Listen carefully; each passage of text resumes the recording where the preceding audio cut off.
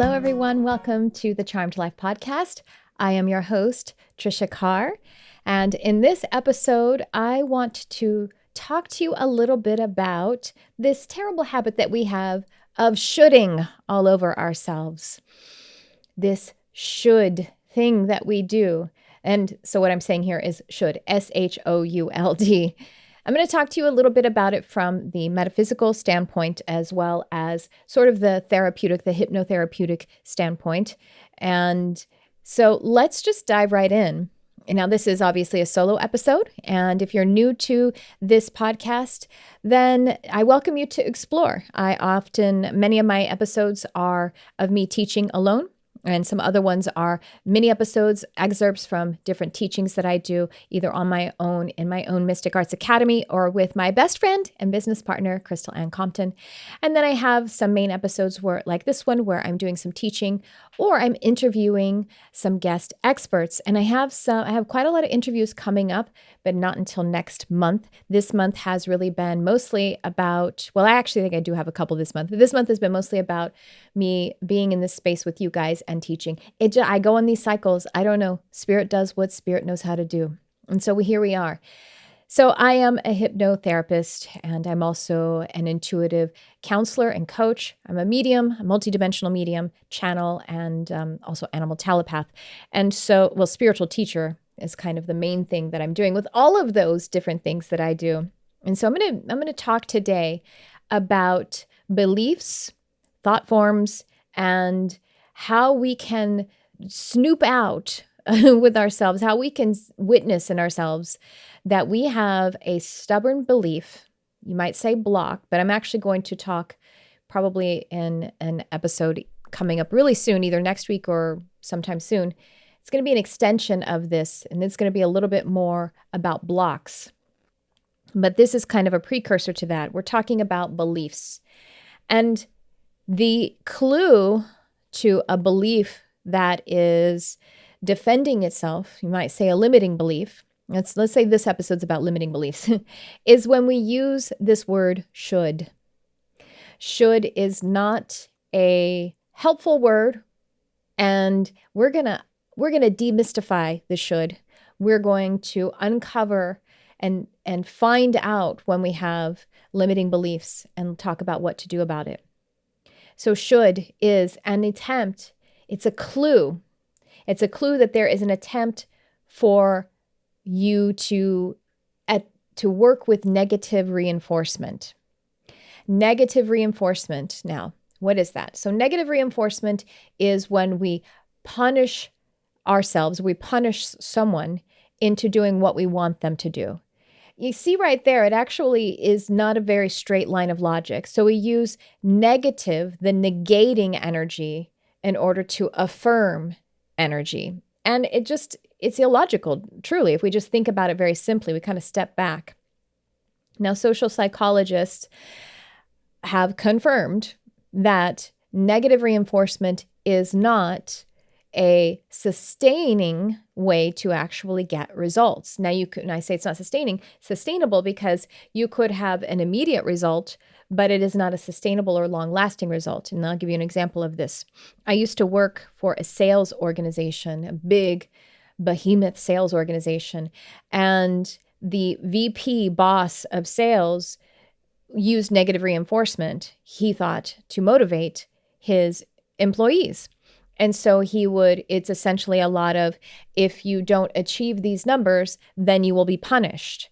And also to the point of yelling at people, berating people, and criticizing people very, very harshly. This person definitely created an environment of harassment and negativity.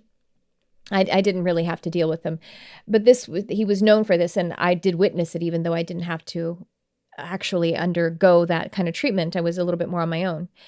And so that's negative reinforcement. Now, putting that forward and saying, if you don't reach these sales numbers, then you're going to have a penalty, can sort of frighten the employees into achieving it. But what it does as an unequal exchange is it degrades the teamwork, it degrades the trust, which is a more of a long standing kind of rewarding experience. You see, if he then had to micromanage, or there had to be micromanaging happening because there was no positive benefit to actually achieving things. The benefit of not being punished isn't that positive of an experience. Not experiencing pain, but being aware of pain having been the potential is not rewarding. It's an avoidance of something painful is not the same as a pleasurable, rewarding experience. So what does work is to positively reinforce and motivate and engage, because then it reinforces a positive relationship in the team. And then the employee would be they would be loyal, they would want to actually service the system and the boss even. And then they would be working in a way that was much more, like I say, sustainable, but would benefit in so many more ways. Now, another result of that would be like, these people are generally very unhappy in their work environment, so they're probably going to quit or move on. And that turnover is much more expensive to the company than having a loyal employee that's there for a while. And then in this particular organization, the employees then they would actually do things like steal and cheat and lie, basically game the system because they were unhappy and because there was this environment of this negativity. And so there's a little picture of how negative reinforcement doesn't work. I say social psychologists have discovered this because there's one particular study that maybe some of you have heard of this, and I may have mentioned it before on this podcast or in a class, where the social psychologists set up an experiment where there's a control group, and then there's a, what do you call that? A clinical, trial group. And it's essentially children. And there is a custodian, like an adult, who says, listen, to this group of children, you can play with all of the toys in this room, except for this one toy. And this one toy, if you play with it, you will get in a lot of trouble and you will be very, very punished. And so they leave the children, observe them. And of course, they pretty quickly go over to the toy that they were negatively reinforced. It's not really truly a reinforcement. They were admonished in advance to stay away from. Now, then they also had a group of children with the same set of toys and everything. And they said, you can play with all of these toys, any of the toys, but this toy, I would rather you didn't play with that. And if you didn't play with that toy, then it would make me really happy.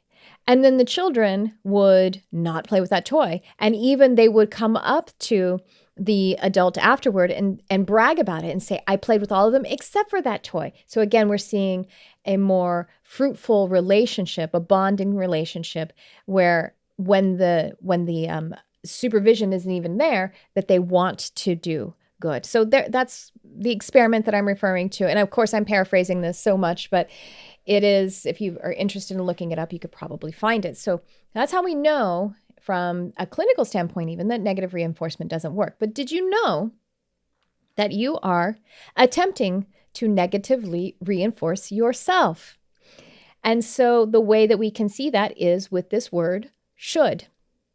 As you can imagine, just think about that. Should is not a motivating word. When you say I should, now sometimes we say it colloquially, we say it casually, and we don't really mean it. Sometimes we say it excitedly. Ooh, we should go to Disneyland. That's different. I'm not talking about in all scenarios in such a literal way. But when you say, I shouldn't, it could be should or shouldn't. I shouldn't eat the cake. Oh, I should work out. Oh, I shouldn't date jerks. That should word is an attempt to negatively reinforce yourself. But here's the thing.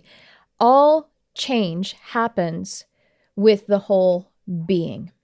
When we say should, we have two parts of ourself, and one is shaming, judging, and attempting to negatively reinforce or negatively, quote unquote, in air quotes, motivate the self. So we have a separation in the self. We have a division, and we don't have an integration.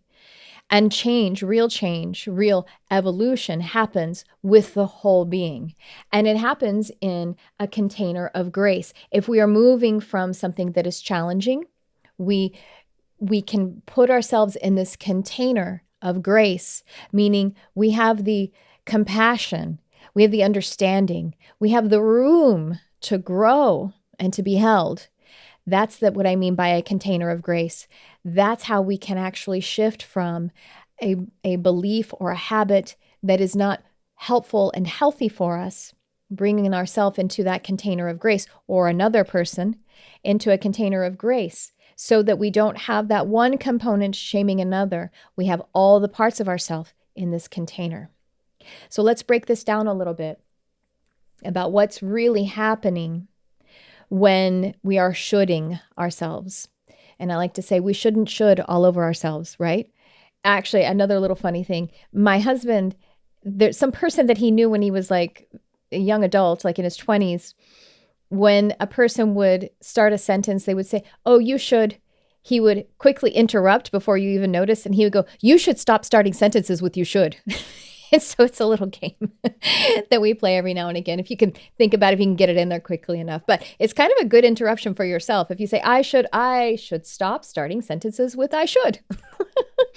All right, so let's break it down a little bit. What's really happening with the shoulding? What's really happening is that there is an old belief that is being threatened. So remember, I said a moment ago, we have two parts of ourselves. One part is shaming the other one part is cajoling the other, one part is judging the other. We have a division, we have a separation. So one part is actually protecting an old belief. And you're saying, what do you mean? What do you mean? I'm actually attempting to move forward to a positive belief. I should work out, like working out would be better for me. But the should is it's throwing us off, because it's not bringing in the whole being, and it's definitely not bringing in a container of grace for us. So let's talk about what beliefs are. This is really cool.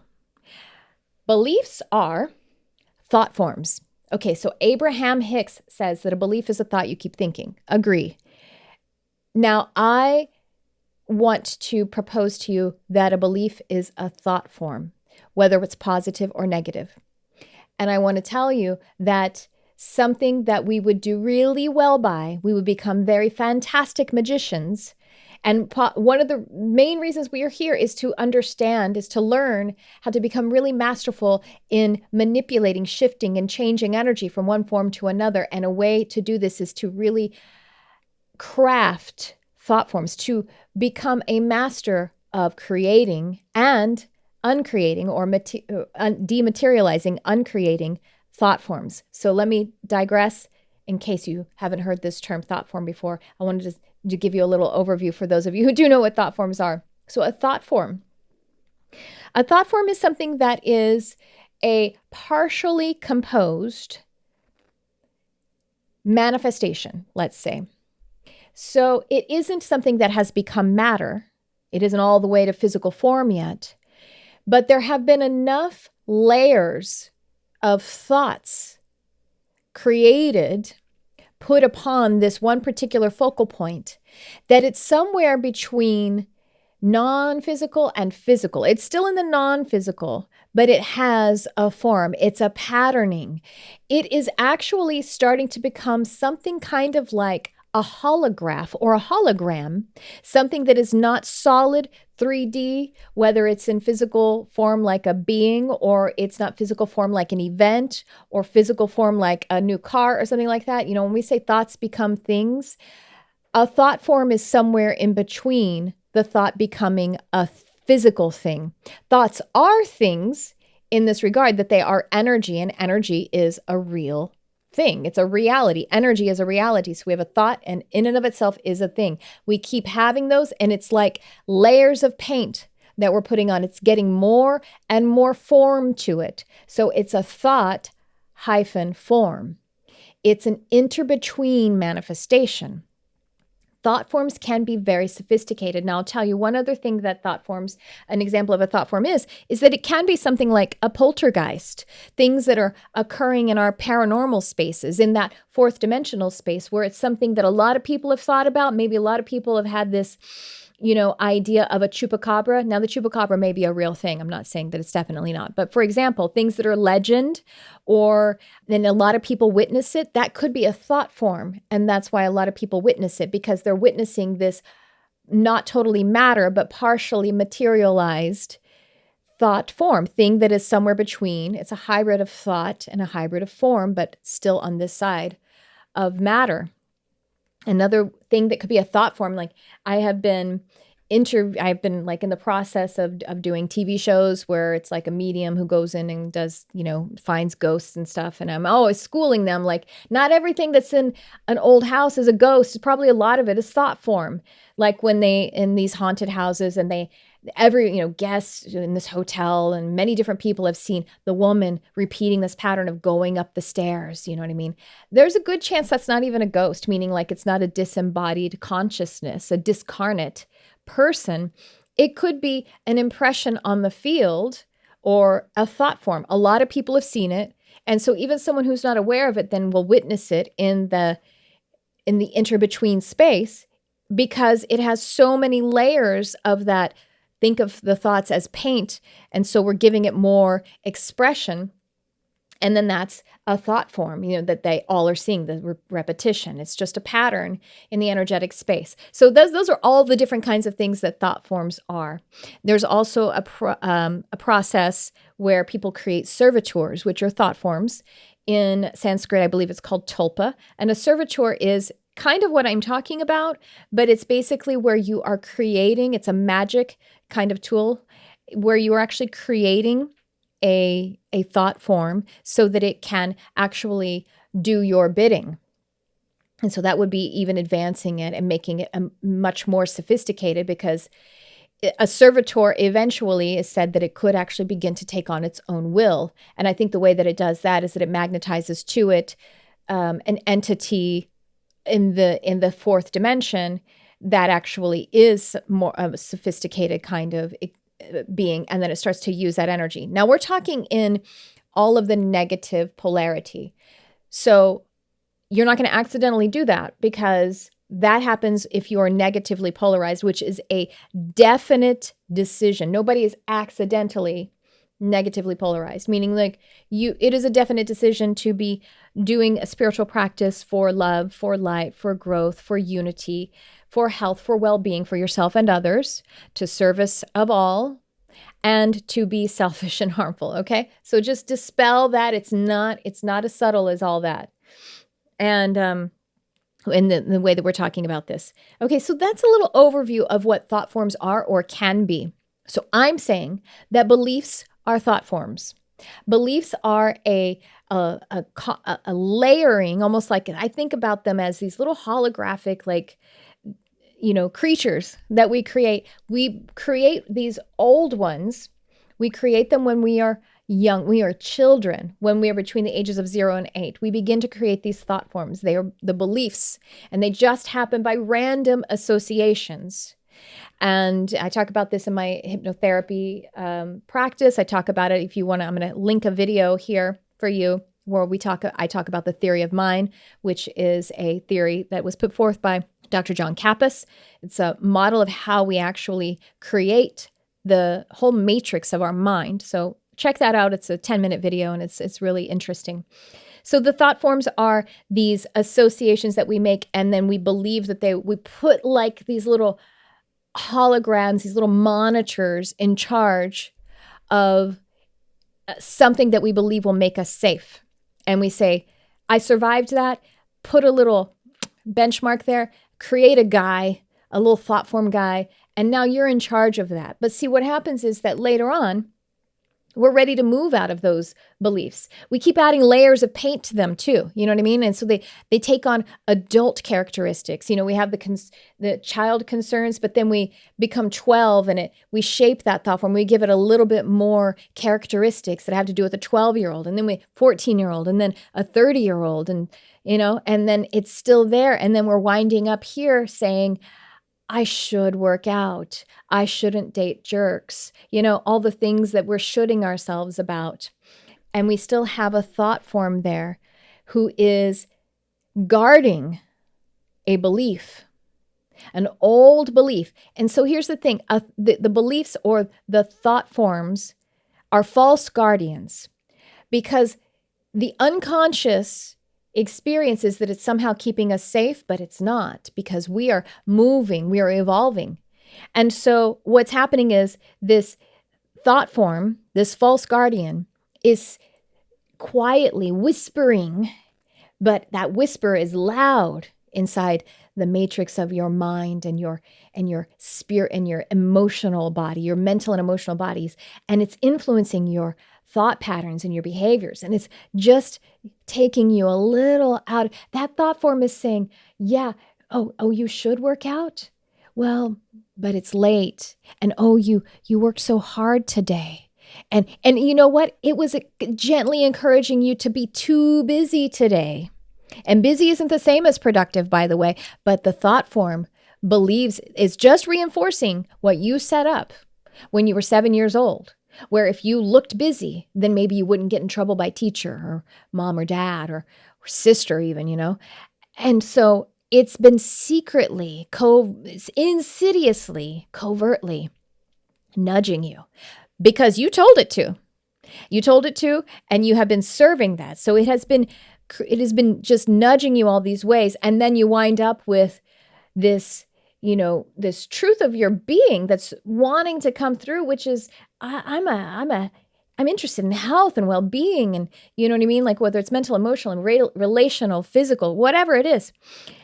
And so it says, well, should you? And then you go, yeah, I should. And now there's two parts of you again, the false guardian and the higher mind that's gently like the still small voice of God saying, you can. And then it says, oh, shame yourself.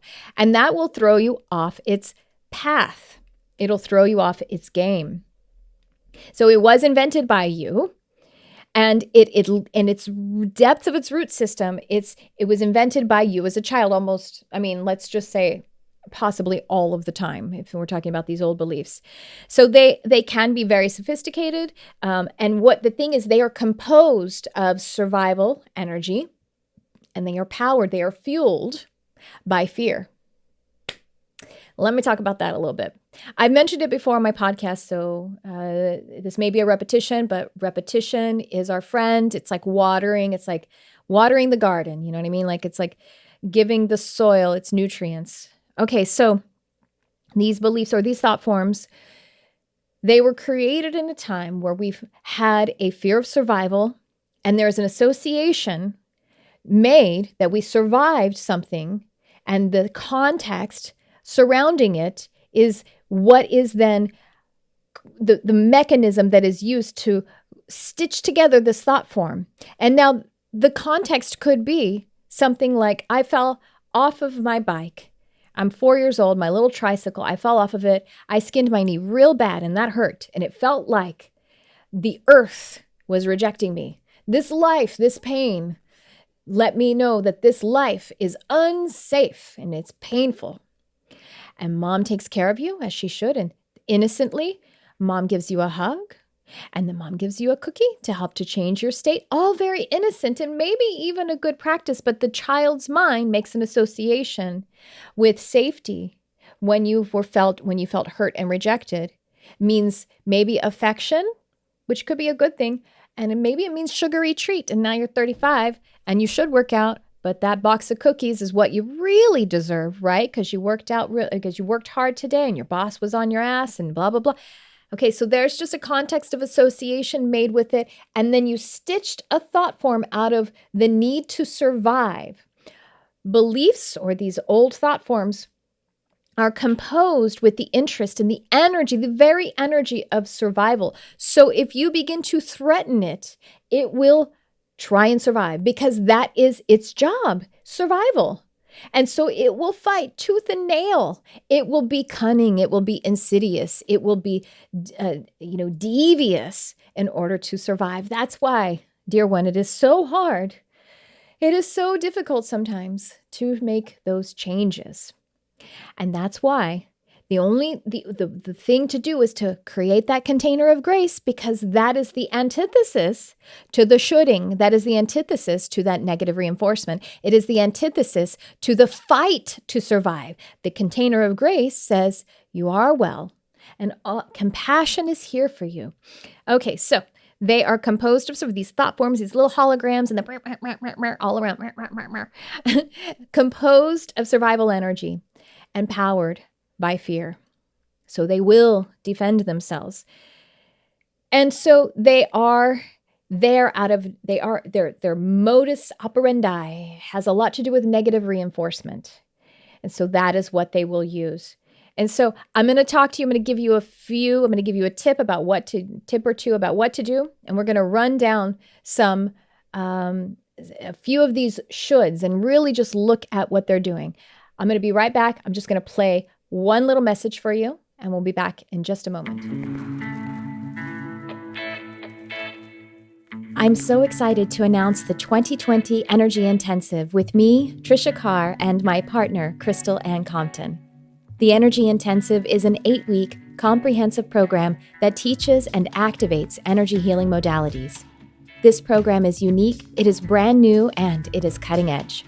It's also perfect for anyone who's interested in healing and energy, and particularly for intuitive people, for metaphysical seekers, and for spiritual practitioners. To learn more about the 2020 Energy Intensive, click the link in the description of this episode. And we are back talking about those beliefs and those little holographic, those little insidious, those little devil bastards, not real devil, if that worries you, thought forms. Now, I have this idea. I kind of think in cartoons. I think maybe a lot of us do. And so I have this idea that when we make new friends, or I was actually watching some kind of movie or TV show the other day where two people were get together to date. And I was just imagining these two people meeting one another and kind of like falling in love or getting to know one another and starting to like each other.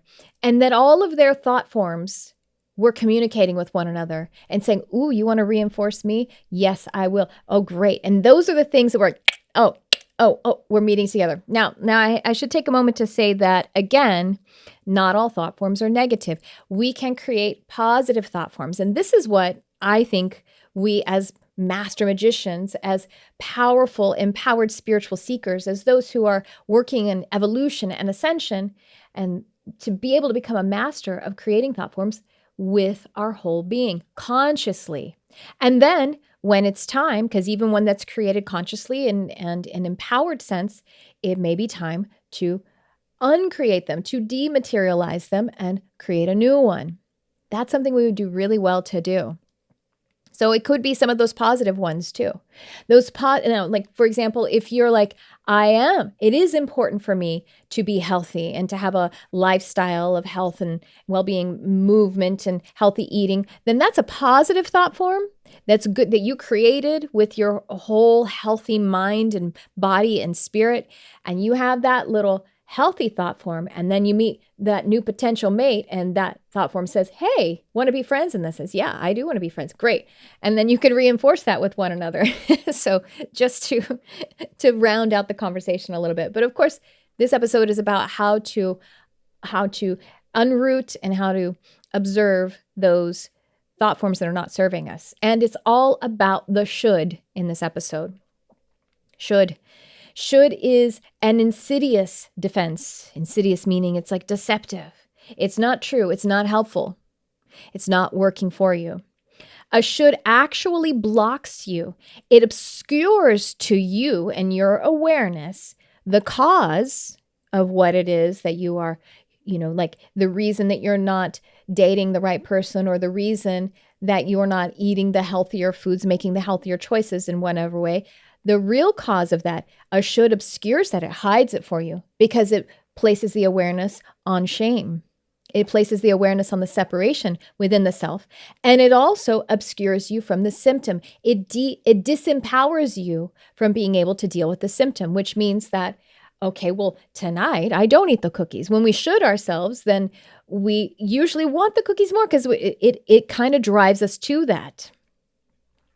A should may be used against yourself, another person, or a system. So if you are saying, I should do this, I shouldn't do that. If you find yourself saying you should or he should do or do not do this, or the system should or shouldn't do that. Now, can two things be true? That a system should work better? Yes, but it is kind of a giving up of responsibility when we're shoulding. It just usually is. And we have a disempowering happening.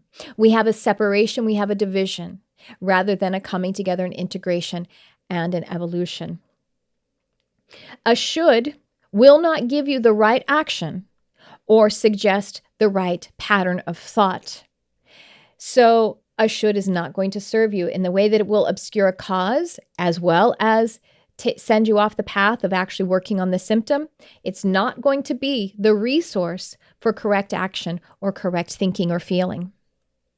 A should will cover up how to work with the cause or the symptom. And this, as I was saying, it will cover it up entirely. Because sometimes we can just work on symptoms. I'm going to talk about that in another episode. And sometimes we're able to get to the cause and actually unearth it. But a should will keep you from doing that. So here's what we can do with shoulds and how we can start to recognize this language as a portal. The should can be a portal to that thought form that we can actually shift, change, dematerialize, and then maybe create one consciously, positively with the whole being to be our positive guardian, to be our positive helper.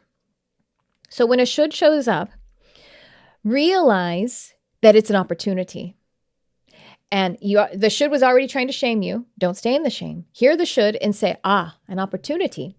Because it can be a catalyst toward true change. It has revealed itself.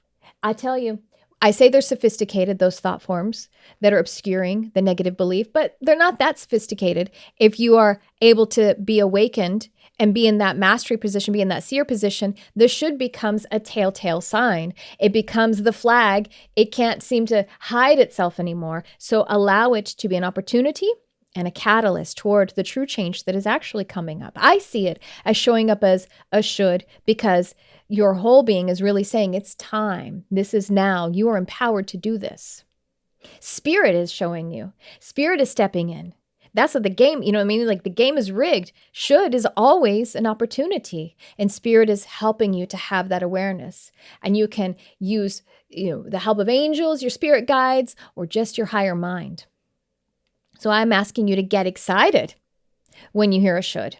If you can pivot and get excited, or pivot and get curious, and realize, here's another tip, that a should is actually revealing that there is either an overcare or an undercare about something. And hear this, overcare or undercare about something is usually a defense against the opposite. I'm going to say it again. An overcare or an undercare about a particular subject is usually a defense against the opposite. So let me just break that down. I say it that way a couple of times so you can hear it, and then I kind of dial into it. And let me give you an example.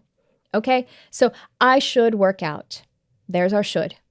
And what is it? The defense against the opposite. What the truth is that I want to have freedom. I should work out. I want to have freedom. I want to have freedom to do whatever it is that I want to do. So it isn't actually about working out. It's possibly about something else that's been going on.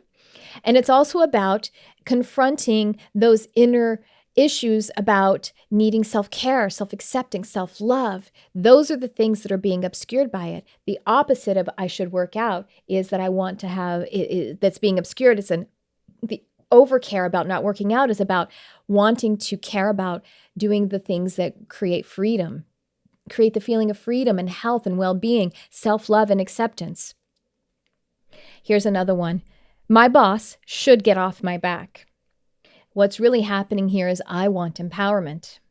I want to feel empowerment. I want to feel loved. I want to feel that I am able to be calling the shots, and a sense of, again, freedom, I guess, is a theme right here. And so that is actually what is being obscured, is the deeper work that wants to happen. And it's an attempt at a shortcut, but it doesn't actually get you where you want to go. And so what you can do is just, when you hear the should, you realize that you got a false guardian there. You got that thought form. So get curious about what that false guardian, that thought form, is guarding. And it's usually more obvious than you think. You just got to take a breath, allow yourself to get somewhere along the lines of curious or excited, and affirm that you're on the precipice of a catalyst. Let spirit come to you. Create a container of grace, a place for compassion, a place for that introspection, a place for self-love. And then another thing you can do then is to work with that inner child who created it in the first place. Let that inner child just visualize or call toward you a child while you're in that container of grace.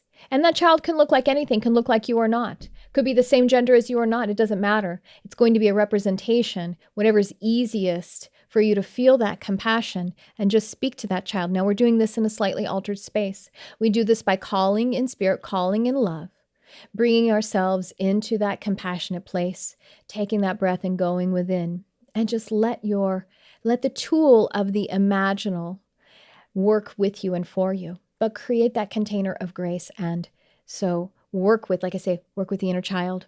Get curious about what the false guardian is guarding. See the should as a catalyst for change. Become curious, become excited. And above all, just allow that to be something from which you are awakened now. That you shouldn't be shoulding all over yourself. And if you are, then you are standing at the brink of real change. Well, I hope you enjoyed this episode. I had a great time working with you. And like I said, I have another episode coming up really soon where we're going to dig into some of these same things that were laid out here, like that container of grace, some things about the beliefs and the thought forms and everything, and how to really dig into work a little bit more.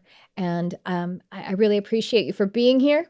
Check out all the links in the description. There are links in the description for how to, that one episode I mentioned that on the channel that you can go and watch. This one you probably want to watch rather than listen to on the podcast if you can. Check out the links in the description and check out my website. And I would love it if you would like, subscribe, share, and comment. And check out the classes that I have going on demand. Check out the Mystic Arts Academy. That is a twice monthly workshop membership platform with almost weekly meetings for live hypnojourneys and meditations. I would love to have you. It's a beautiful community. It's like a consciousness project. We are shifting and changing together and the whole world. And I hope you'll join the programs that I have coming up with Crystal and Compton. Check the links in the description for those. And with that, I say, I'm so grateful that you're here.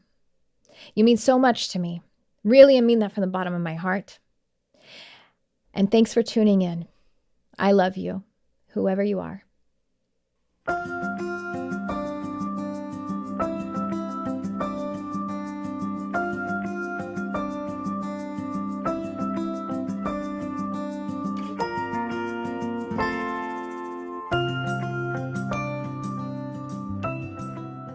How would you describe the ideal student for the 2020 Energy Intensive with Crystal Ann Compton and Tricia Carr? I kind of set my life up so that for the most part, I was closed metaphysically. The stories that I tell about my opening.